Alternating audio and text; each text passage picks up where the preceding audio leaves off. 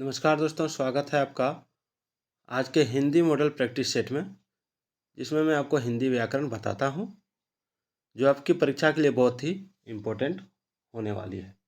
चाहे आप JSSC, JPSC, BSSC, BPSC, UPSC, PCS, railway, banking, CPO, ठीक है, आईएएस, जिसकी भी तैयारी कर रहे हैं, एसएससी जिसकी भी तैयारी कर रहे हैं, Jharkhand police, UP police, Bihar police, सबके लिए ये वीडियो इम्पोर्टेंट है।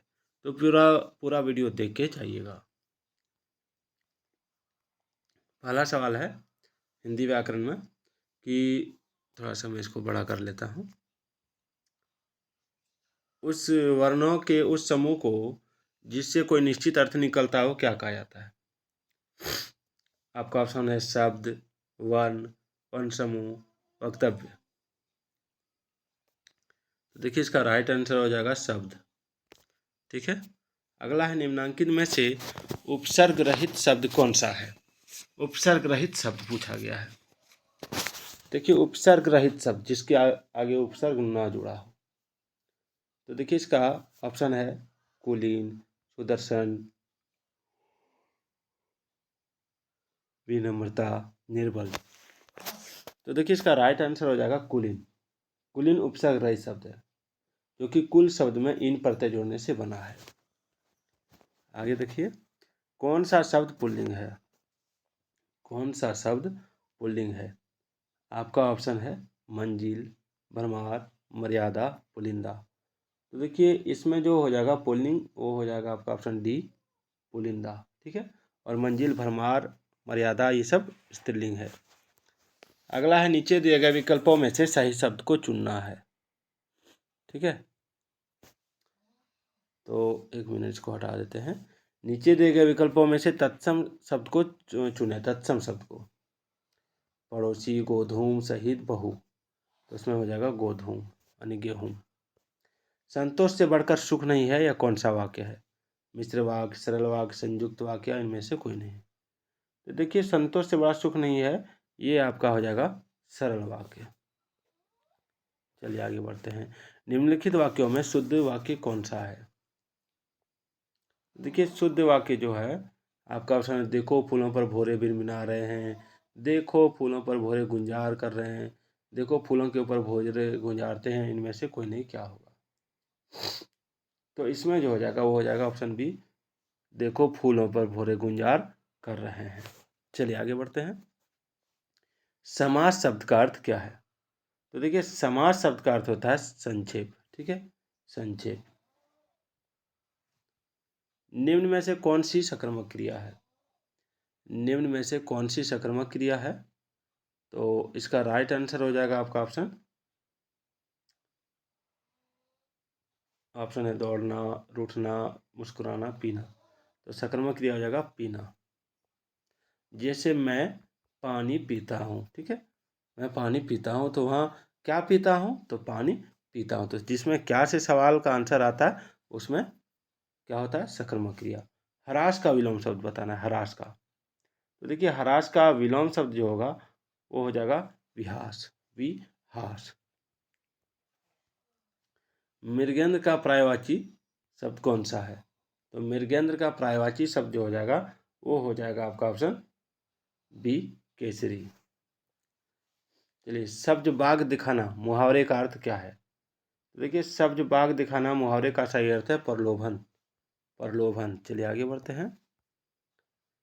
अगला है निम्न में से कौन सा शब्द शुद्ध है? कौन सा शब्द शुद्ध है? तो देखिए इसका राइट आंसर होगा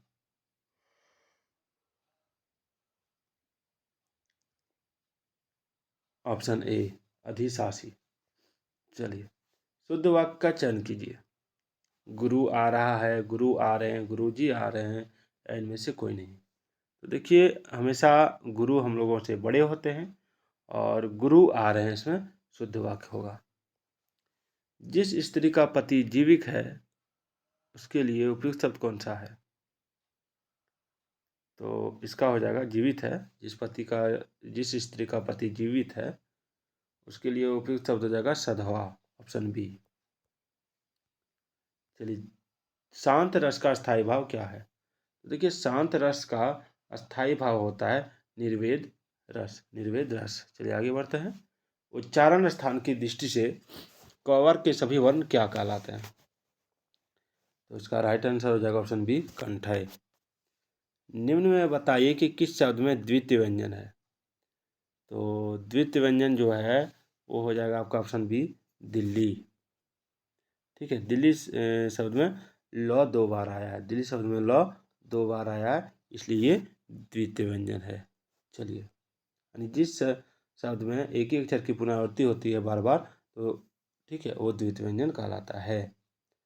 निम्न में बताइए हो गया ये हिंदी भाषा का जन्म हुआ, तो हिंदी भाषा का जन्म हुआ, तो हिंदी भाषा का जन्म हुआ किससे?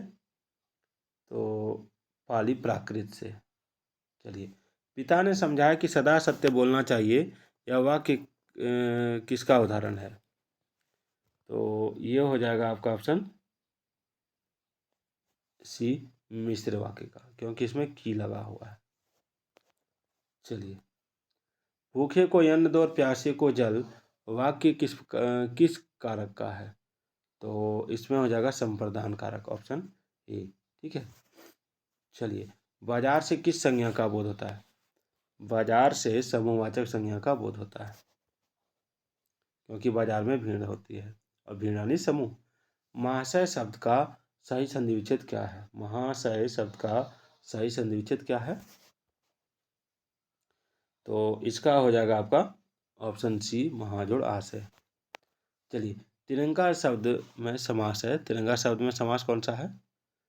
तो इसका राइट आंसर हो जाएगा तीन रंगा, यानी इसमें तीन कह रहा है, तीन यानी तीन कह रहा है, यानी संख्या बता रहा है, तो द्विगु समास हो जाएगा, संख्या द्विगु समास बताता है।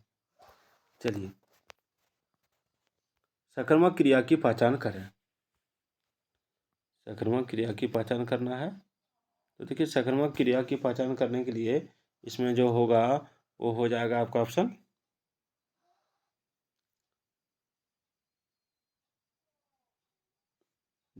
डी, पढ़ना। वह किताब पढ़ता है, यानी क्या पढ़ता है? तो किताब पढ़ता है। इनमें से अमृत शब्द का समानार्थी शब्द कौन सा है? तो अमृत शब्द का समानार्थी शब्द इनमें से हो जाएगा आपका ऑप्शन सी, पीयूष। चलिए, मधुर का विलोम कौन सा है?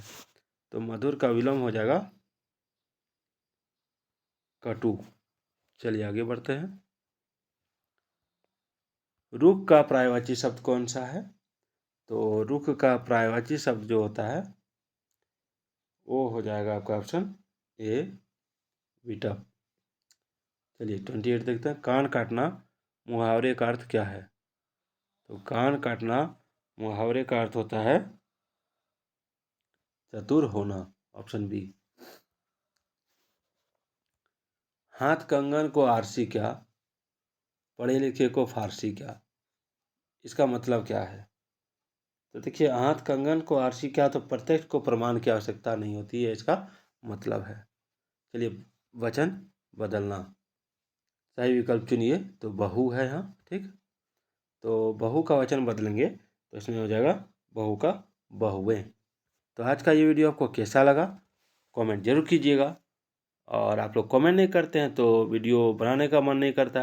भले आप लोग सोच रहे हैं कि इसमें मेरा फ़ायदा, हाँ इसमें मेरा फ़ायदा है, हमको भी 10 रुपया होगा और आपका भी तैयारी हो जाएगा। तो फिर मिलते हैं, इसी के साथ आप लोग खुश रहिएगा।